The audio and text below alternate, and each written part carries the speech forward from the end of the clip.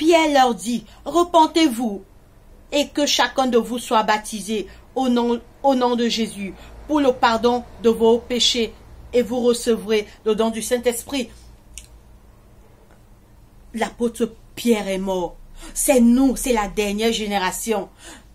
C'est ce message s'adresse à nous, à toi qui vas regarder cette vidéo. Repentons-nous et tout ce qu'on a fait de mal sera pardonné. Le Seigneur va pardonner nos péchés. Oui, repentons-nous, mes frères et mes sœurs. Les signes du retour de Jésus sont bel et bien visibles. Oui, Jésus doit revenir. On doit quitter ce monde d'injustice. On doit quitter. Jésus revient pour mettre fin à l'injustice, à la mort, aux maladies. Il va créer des nouveaux cieux et une nouvelle terre. Jésus revient.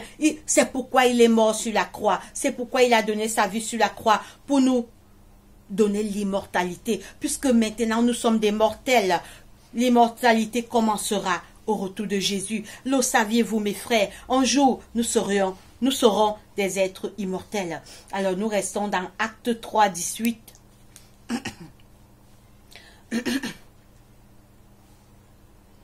Nous restons dans Acte 3, 19. Il est écrit.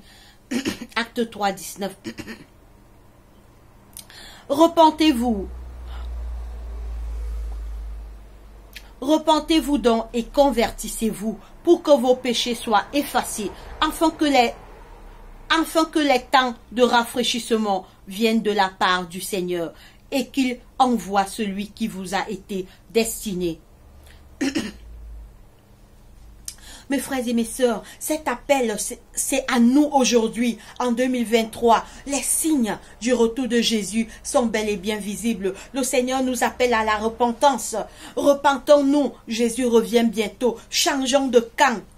Dans ce monde, il y a deux puissances, le mal et le bien. Mais le mal est trompeur. Le mal, c'est pour notre perte. Le bien, c'est pour la vie. Quand on fait du bien, on sera sauvé au retour de Jésus. Quand on accepte Jésus, en faisant sa volonté, en marchant selon ses voies, on sera sauvé à son retour. Quand on fait du mal, c'est le côté de Satan. Satan, cet ange rebelle, cet ange qui s'est rebellé contre son Créateur, il a été chassé du ciel et il est venu tromper nos premiers parents, Adam et Ève, dans le jardin d'Éden. Mais Dieu n'a pas abandonné l'homme. Dieu a dépêché son fils Jésus. Jésus a quitté sa gloire dans le ciel. Il a tout abandonné. Il est venu être semblable à l'homme. Il a donné sa vie pour nous. Et il revient bientôt nous chercher. Alors, la mort de Jésus, Jésus est mort, c'est vrai. Il est ressuscité, c'est vrai. Mais ce n'était pas la fin de l'histoire. Ce n'était pas la fin de l'histoire. Il y a une deuxième partie. Le saviez-vous? Il y a une deuxième partie. Son retour. La deuxième partie, c'est son retour, son avènement. Et il revient bientôt, car les signes de son retour sont bel et bien visibles, malgré que personne n'en parle, malgré que les gens ne veulent pas voir. Jésus revient bel et bien bientôt. Alors, nous allons lire le dernier verset, Apocalypse 22. Apocalypse 22, 14. Apocalypse, c'est le dernier livre du Nouveau Testament. Apocalypse 14. Apocalypse 22, 14. Apocalypse 22, 14, il est écrit. Apocalypse 22, 14, il est écrit. Apocalypse 22, 14, il est écrit. Alors nous commençons au verset 12. Voici, je viens bientôt, et ma rétribution est avec moi, pour rendre à chacun selon que ses œuvres. Je suis l'alpha et l'oméga, le premier et le dernier, le commencement et la fin. Heureux ceux qui lavent leurs robes, afin d'avoir droit à l'arbre de vie, et d'entrer par les portes dans la ville. Mes frères et sœurs, le Seigneur Jésus nous parle avec ce verset. Le Seigneur Jésus lui-même nous dit à cet instant, voici je viens bientôt et ma rétribution est avec moi pour rendre à chacun selon que ses œuvres. Le Seigneur nous dit, je viens bientôt.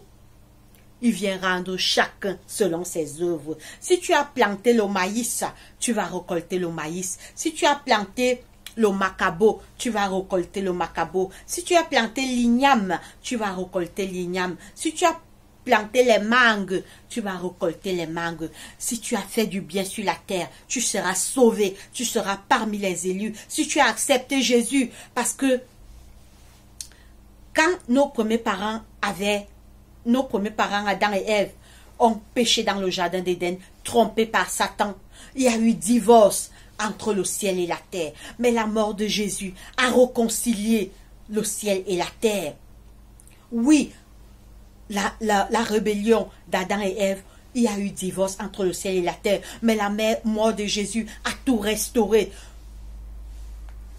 Il y a eu comme le ciel et la terre se sont remis en communion. Oui, il y a eu réconciliation entre le ciel et la terre. La mort de Jésus est notre espoir. La mort de Jésus est notre dernier espoir de quitter ce corps de mort, de quitter cette chair de mort pour être des êtres immortels. C'est pourquoi le Seigneur dit, voici je viens bientôt et ma rétribution est avec moi pour rendre à chacun selon qu'est ses œuvres. Chacun ne récoltera que ce qu'il aura sémé.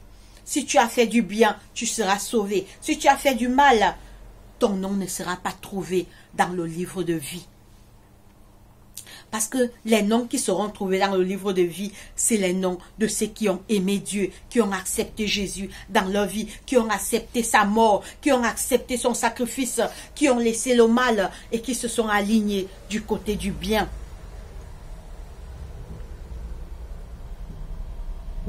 Je suis l'alpha et l'oméga, le premier et le dernier, le commencement et la fin. Oui, Jésus est tout pour nous. Dieu a le droit sur nous.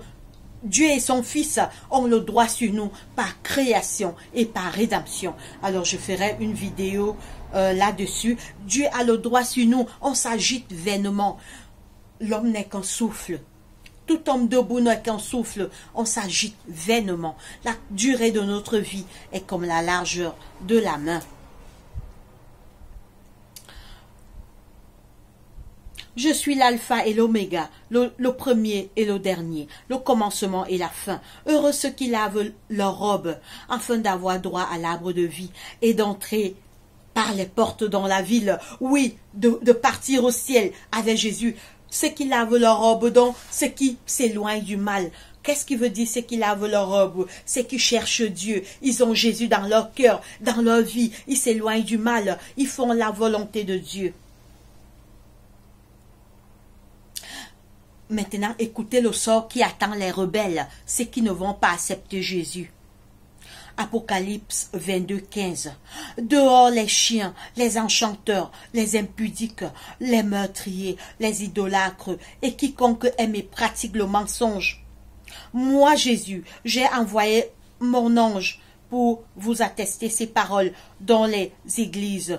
Oui, les rebelles ne seront pas sauvés. Les rebelles ne seront pas parmi les élus. Voilà le temps de grâce, le dernier avertissement. Dieu appelle toute la terre à se repentir, car il revient bientôt. Oui, dehors les chiens, les enchanteurs, dehors les chiens, les enchanteurs, les impudiques, les meurtriers, les idolâtres et quiconque aime et pratique le mensonge. Mon frère, ma sœur, on vit le temps de grâce. Le Seigneur t'invite à la repentance. Jésus revient bientôt. Les signes de son retour sont bel et bien visibles. Il est temps d'accepter Dieu, car un jour il sera trop tard. Un jour, les gens, comme au temps de Noé. Et mes frères et sœurs, le Seigneur a dit, ce qui arriva du temps de Noé va se répéter. L'histoire se répétera. Au temps de Noé, Noé a prêché pendant 120 ans. Noé a dit aux hommes, mes frères, venez entrer dans l'arche. Il y aura un déluge, il va pleuvoir, les gens se moquaient. Ah Noé, quitte là. Noé, tu dois avoir un psy, hein, t'as un problème. Noé, tu es déjà vieux. Ils se moquaient de Noé. Mais un jour, le déluge arriva bel et bien. Et ils ont tous péri dans les eaux du déluge. C'est la même chose. On dit aux gens maintenant, Jésus revient, repentez-vous, repentez-vous. Ça ne fait pas le bruit. Ça ne fait pas le bruit. J'ai vu une petite fille qui fait le bruit dans les réseaux sociaux. Aïcha Tremblay. C'est ça qui intéresse l'homme. Aïcha Tremblay, c'est ça qui fait le bruit. Mais c'est le retour de Jésus qui doit faire le bruit. Tout le monde veut faire Aïcha Tremblay. Tout le monde veut danser Aïcha Tremblay. Mais qui en parle du retour de notre Sauveur? Qui en parle de ce retour grand et glorieux? On est dans les choses de ce monde. Mais le Seigneur nous appelle à la repentance, car Jésus revient bientôt. C'est tout pour la vidéo. On est arrivé au thème de notre étude. Nous allons terminer par la prière. Prions. Seigneur Dieu, notre Père, notre Roi, merci de nous avoir parlé à travers ta parole. Pardonne nos péchés, Seigneur. Attire nos cœurs vers toi. Éloigne-nous des mauvaises pensées, des mauvais désirs et des mauvaises pratiques.